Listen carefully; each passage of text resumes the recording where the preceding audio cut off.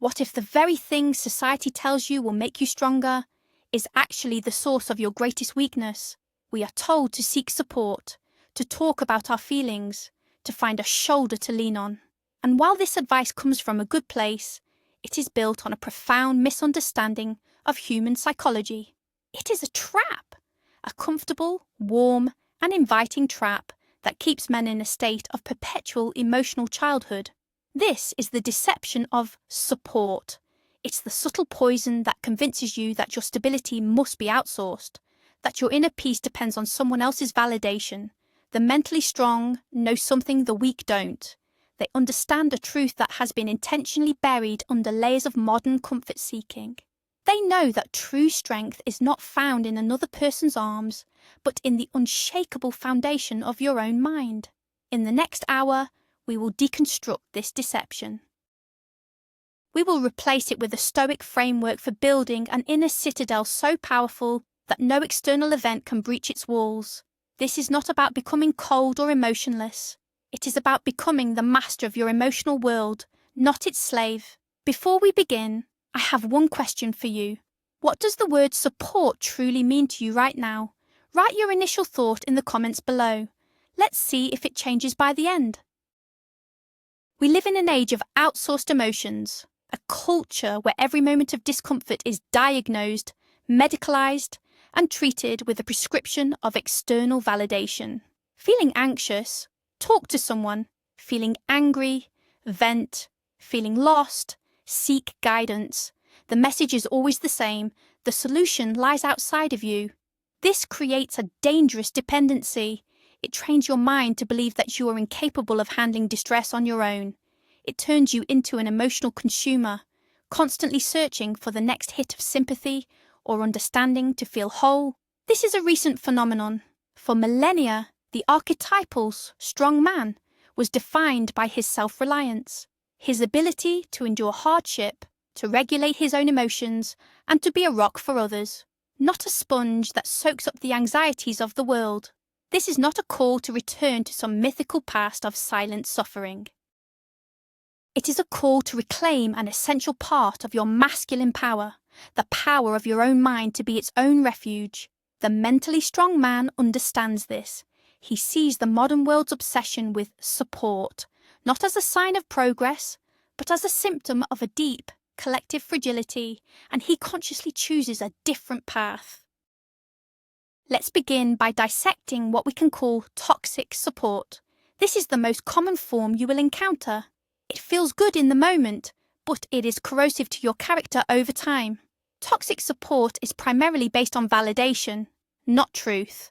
When you complain about a problem, the weak supporter will say, "You're right, that's terrible, you are a victim in this situation." They offer you comfort by confirming your weakest, most reactive perspective. This creates an echo chamber of grievance. You feel validated, but you are not empowered. You are simply given permission to remain in your state of powerlessness. A strong mind does not seek validation for its pain. It seeks a strategy to overcome it. This is the first critical distinction. Are you seeking comfort or are you seeking a solution? The weak man seeks comfort. The strong man seeks a path forward. The second pillar of toxic support is the enabling of emotional dependency. This type of support operates like a drug. You feel bad, you get a dose of sympathy, you feel better temporarily, but your underlying capacity to deal with the emotion has not improved. In fact, it has atrophied. You have trained your brain that the only way to regulate your negative feelings is to involve another person. Think of it like a muscle. If you always use a crutch to walk, your leg muscles will weaken. Similarly, if you always use another person as an emotional crutch, your own emotional regulation muscles will wither away. The mentally strong man consciously avoids this. He views his emotional challenges as a workout for his mind. He sits with the discomfort, he analyzes it, he processes it internally, building his own strength with each trial. Another dangerous aspect of modern support is the outsourcing of responsibility.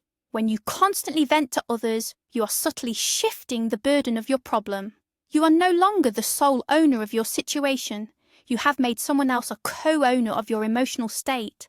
This feels like a relief, but it's an illusion. You are giving away your power. The Stoics had a name for this, the dichotomy of control. They understood that the only thing you truly control is your own mind, your own judgments, and your own actions. The weak man constantly tries to find comfort by focusing on what he cannot control, the actions of others, the fairness of the world. He seeks support to complain about these things. The strong man focuses relentlessly on what he can control, his response. He doesn't need to vent about the storm. He is too busy reinforcing the walls of his ship. This leads us to the core of the Stoic alternative, the inner citadel. Imagine your mind is a fortress. In the average person, the gates of this fortress are wide open. Every opinion, every insult, every piece of bad news from the outside world can storm in and wreak havoc. The person then runs outside, seeking support to help them deal with the chaos inside their own walls. It's a fundamentally flawed strategy. The Stoic, the mentally strong man, spends his life building up the walls of this citadel. He reinforces them with reason, with discipline, and with a clear understanding of what is and is not in his control. His goal is not to stop the storms from happening outside. His goal is to ensure that his inner fortress is so secure that no storm can disturb the peace within. This is genuine security. It is not dependent on anyone else. So how do you begin building this inner citadel? The foundation is the relentless practice of the dichotomy of control. Throughout your day, in every situation that causes you stress, ask yourself one simple question. Is this within my control or outside of my control? The actions of your boss, the traffic on the highway, the opinion of a stranger, these are outside your control. Wasting emotional energy on them is insanity. Your response, your judgment about the situation, your decision on how to act next, these are entirely within your control. The weak mind is a whirlwind of anxiety about things it cannot change. The strong mind is a laser, focused with absolute clarity on the small, powerful sphere of its own influence. This is not a one-time realization. It is a daily, hourly practice. It is the fundamental training of a Stoic warrior. This does not mean the mentally strong man is an island. He doesn't reject all human connection. He simply redefines the purpose of that connection. He doesn't seek supporters. He seeks allies. He doesn't seek emotional caretakers. He seeks what we can call mental sparring partners. What is the difference? A supporter pats you on the back and tells you you're right. A sparring partner challenges your perspective. They listen to your problem and ask, what part of this is your responsibility? What can you do differently? Are you sure you are seeing this clearly? This kind of interaction is not comfortable. It can feel abrasive, but it is profoundly useful. It sharpens your thinking, reveals your blind spots, and forces you to grow. The weak seek relationships that reinforce their weaknesses. The strong seek relationships that challenge them to be better. Think about the best mentors or coaches you have ever had. Did they simply tell you everything was okay? Or did they push you? Did they point out your flaws? Did they hold you to a higher standard? True, constructive support is not about making you feel good. It is about helping you become good. This is what the strong man looks for in his select few relationships. He doesn't want a cheerleader for his misery. He wants a strategist for his victory. He values the friend who will tell him the hard truth over the 100 acquaintances who will tell him a comfortable lie. This requires a strong ego, an ego that is not afraid of being wrong, an ego that prioritizes growth over comfort. This is a rare quality, which is why the circle of a truly strong man is often very small but incredibly powerful. So if you don't outsource your emotional processing, what do you do with it? The first tool is introspection, specifically the practice of journaling. But this is not the dear diary of a teenager. A Stoic journal is a tool of war. It's a place where you dissect your own thoughts and emotions with the cold precision of a surgeon. When you feel a powerful negative emotion, you don't just feel it, you write it down. You ask it questions. Why am I feeling this anger? What judgment is causing it? Is this judgment based on reality? What is a more rational way to view this situation? You are not venting. You are investigating. You are turning your raw, chaotic emotion into structured, logical data. This act alone dissolves much of the emotion's power. You are moving from being the subject of the emotion to being the observer of it. This is a monumental shift in power. Another powerful internal tool is the practice of negative visualization, or as the Stoics called it, premeditatio malorum, the premeditation of evils. The average person spends their life hoping for the best and being shattered when the worst happens. They are fragile because their peace depends on things going well. The Stoic reverses this. He regularly takes time to imagine things going wrong. He imagines losing his job. He imagines a project failing. He imagines losing a loved one. This is not about being pessimistic. It is about being prepared. It does two things. First, it makes you appreciate what you have right now. Second, it robs future misfortunes of their power to shock you. When you have already walked through a scenario in your mind, you have already begun to prepare your response. You are vaccinating your mind against the shocks of fate. It is the ultimate resilience training. This internal work requires a comfort with solitude. Here, we must draw a clear line between solitude and loneliness. Loneliness is a state of lack. It is the pain of being alone when you want to be with others. Solitude, on the other hand, is a state of choice. It is the act of intentionally being with yourself, to think, to reflect, to build your inner world. The weak man fears solitude because when he is alone, he is with his own unfiltered anxieties. He needs constant distraction, constant external input, constant support. The strong man actively seeks solitude. He knows it is in the quiet moments that he can hear his own thoughts clearly. It is where he can strategize, plan, and reinforce his inner citadel. For him, solitude is not an absence of company, it is the presence of self. Let's talk about emotional expression. The misunderstanding is that a stoic or a mentally strong man suppresses his emotions. This is false. Suppression is when you feel an emotion, know it's there, and actively push it down. This is unhealthy and leads to outbursts.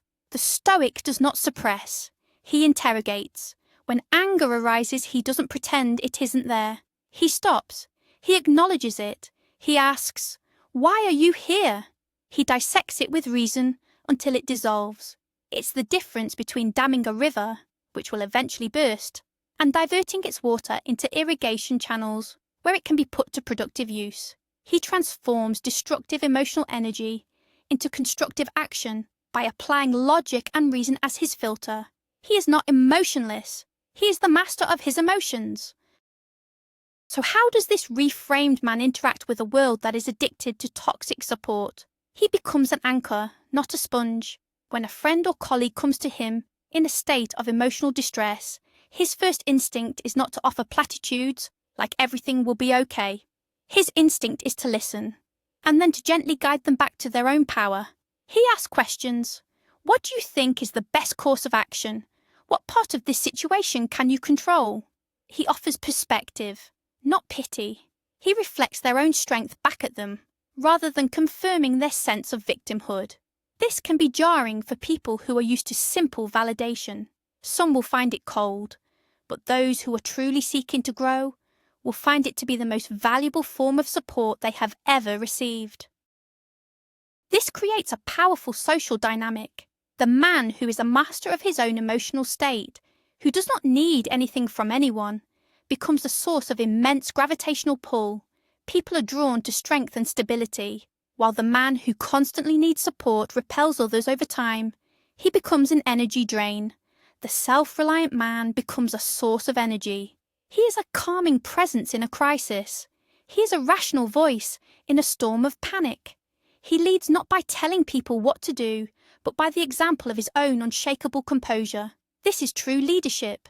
This is true status. It is not earned through money or titles, but through the difficult internal work of forging an unbreakable character. But what about vulnerability? The modern world champions vulnerability as a supreme virtue, but it often confuses vulnerability with indiscriminate emotional dumping.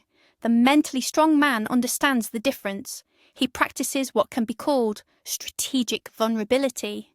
He is not a closed book, but he does not open that book to just anyone. He chooses his confidants with extreme care. These are the one or two mental sparring partners we spoke of earlier. With them, he can be fully transparent. He can share his doubts, his fears, his struggles. But the purpose is not to seek comfort. The purpose is to gain clarity. He is using their trusted external perspective to check his own thinking, to find blind spots, and to develop a better strategy. It is vulnerability with a purpose, not vulnerability as performance. This is the opposite of the man who wears his vulnerability on his sleeve for everyone to see. This latter type of person is not being strong. He is seeking attention. He is using his proclaimed weakness as a tool for social manipulation, to elicit sympathy and support. It is a subtle but pathetic plea for help. Strategic vulnerability, on the other hand, is a demonstration of ultimate strength. It shows that your ego is so secure that you are not afraid to admit where you might be wrong or what you are struggling with, but only in a context that leads to improvement. It is a tool for sharpening the sword, not for crying about how heavy the sword is. One is the mark of a master, the other of a perpetual novice. Let's apply this to a common scenario, a major professional setback. The average man, conditioned by the culture of support, immediately calls a friend to vent. He complains about his boss, the economy, the unfairness of it all.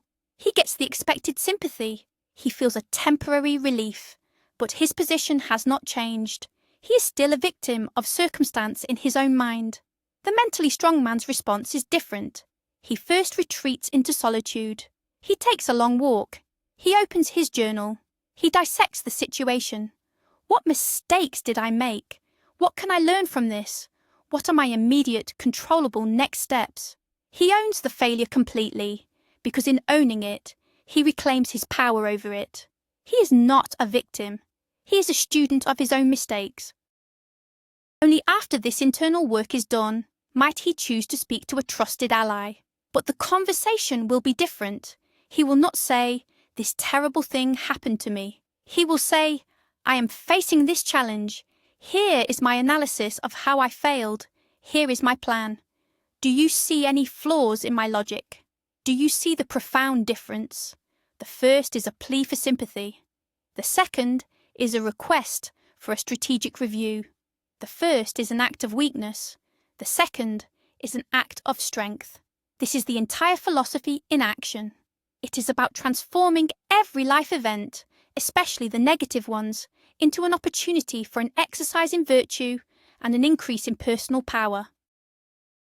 This path is not easy. It is, in fact, far more difficult than simply picking up the phone and outsourcing your emotional labour. It requires discipline. It requires courage. It requires a willingness to face uncomfortable truths about yourself. The modern world sells comfort. The path of the Stoic, the path of the mentally strong, sells freedom. But the price of that freedom is relentless self-work. Most people will not choose this path. They will choose the easy comfort of the herd. They will choose the warm embrace of toxic support. And that is their choice. But for the few who understand what is truly at stake, their own sovereignty, their own power, their own peace, there is no other option. You must understand that the desire for external support is often a symptom of a lack of a clear personal philosophy. A man without a code, without a set of internal principles, is a ship without a rudder. He is tossed about by the waves of external events and other people's opinions. He constantly needs support because he has no internal navigation system. Stoicism provides that system. It gives you a compass that always points true north, regardless of the storm.